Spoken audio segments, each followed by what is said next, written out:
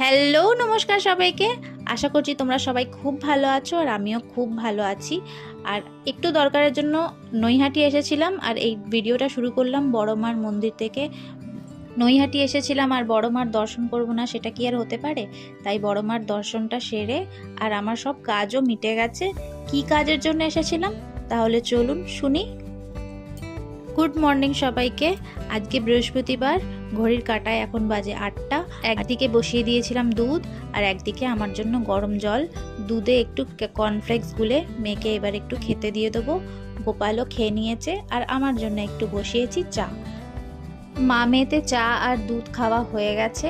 তাই মেয়ে সেই কাল থেকে পার্সেলগুলো পড়ে রয়েছে। মেয়ে আমার মাথা খারাপ করে দিল যে মা পার্সেলগুলো আজকে খোলো, আজকে খুলেই আমি স্কুলে যাব।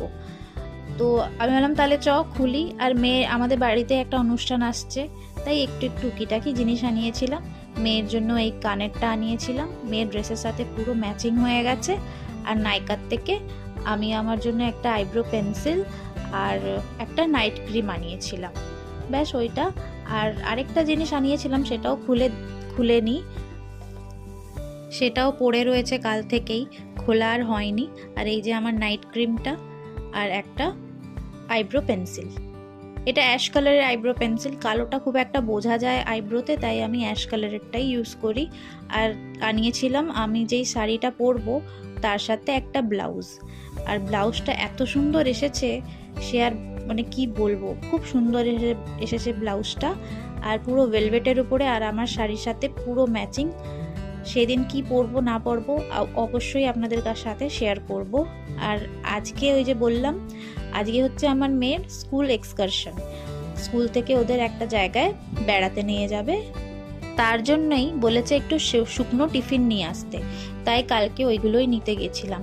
আর আমার জায়েরও কিছু কিছু জিনিস ছিল, সেইগুলোও নিয়ে এলাম। সেটা ওদেরকে দিয়ে দিয়েছি আমার জাদেরকে। আর এইগুলো আমাদের জার জিনিস আমরা বাড়ি নিয়ে চলে এসেছি। দুটো কেক, চিপস, বিস্কুট, এইগুলোই যা হয় শুকনো আর কি।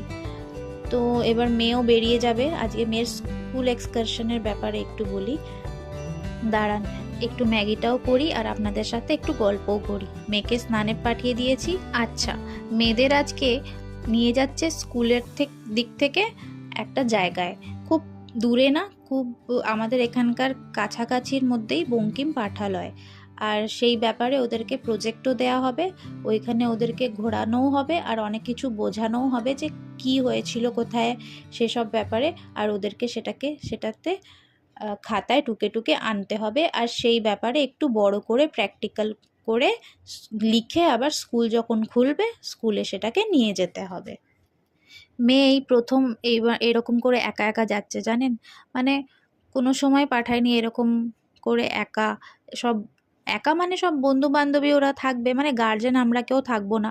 আসলে প্রাইমারি অবধি ওরা গার্জেন অ্যালাউ ছিল, তাই যখনই ওরা কোথাও ছোটোখাটো ট্যুর হোক বা বড় কোনো ট্যুর হোক, বড় মানে এই কলকাতার মধ্যেই, তো আমরা অ্যালাউ ছিলাম।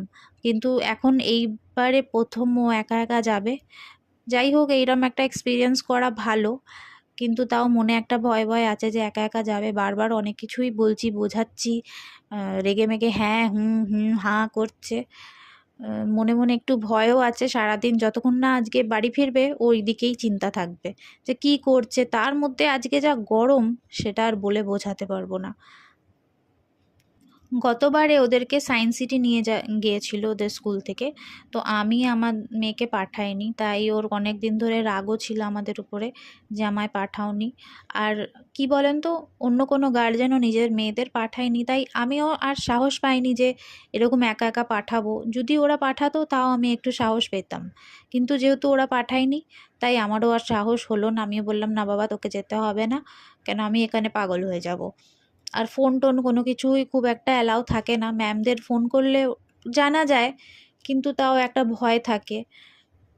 আমার মেয়ে এইবারে বলেছে মা এইবারে কিন্তু আমি যাব। তো যদি সবাই মিলে মেয়েদের পাঠায় তো অবশ্যই আমার মেয়েকেও আমি পাঠাবো। এবার দেখি কি করা যায়। আগের বারে যা রাগ করেছিল এইবারে ওর রাগকে পাত্তা দেব না। কিন্তু এইরকম একটা এক্সপিরিয়েন্স সবাইকেই করা উচিত নিজের জীবনে। আমরা মা বাবা হিসাবে ভয় পাই, কিন্তু এইরকম একটা এক্সপিরিয়েন্স অবশ্যই করা উচিত। তাহলে মেয়েকে খেতে দিয়ে এবারে বেরিয়ে পড়েছি আমি, ওকে স্কুলটা দিয়ে আসি, স্কুল অবধি। এমনিও গার্জেন ছাড়া ওরা নিয়েও যাবে না, বলেই দিয়েছে যে গার্জেন অবশ্যই যেন বাচ্চাকে দিতে আসে। তাই আমি যাচ্ছি ওকে দিয়ে আসি। তাহলে চলুন, অর্ধেক রাস্তা অবধি পৌঁছে গেছি। আর আজকে প্রচণ্ড গরম, মানে এত গরম যে বলে বোঝানো যাবে না।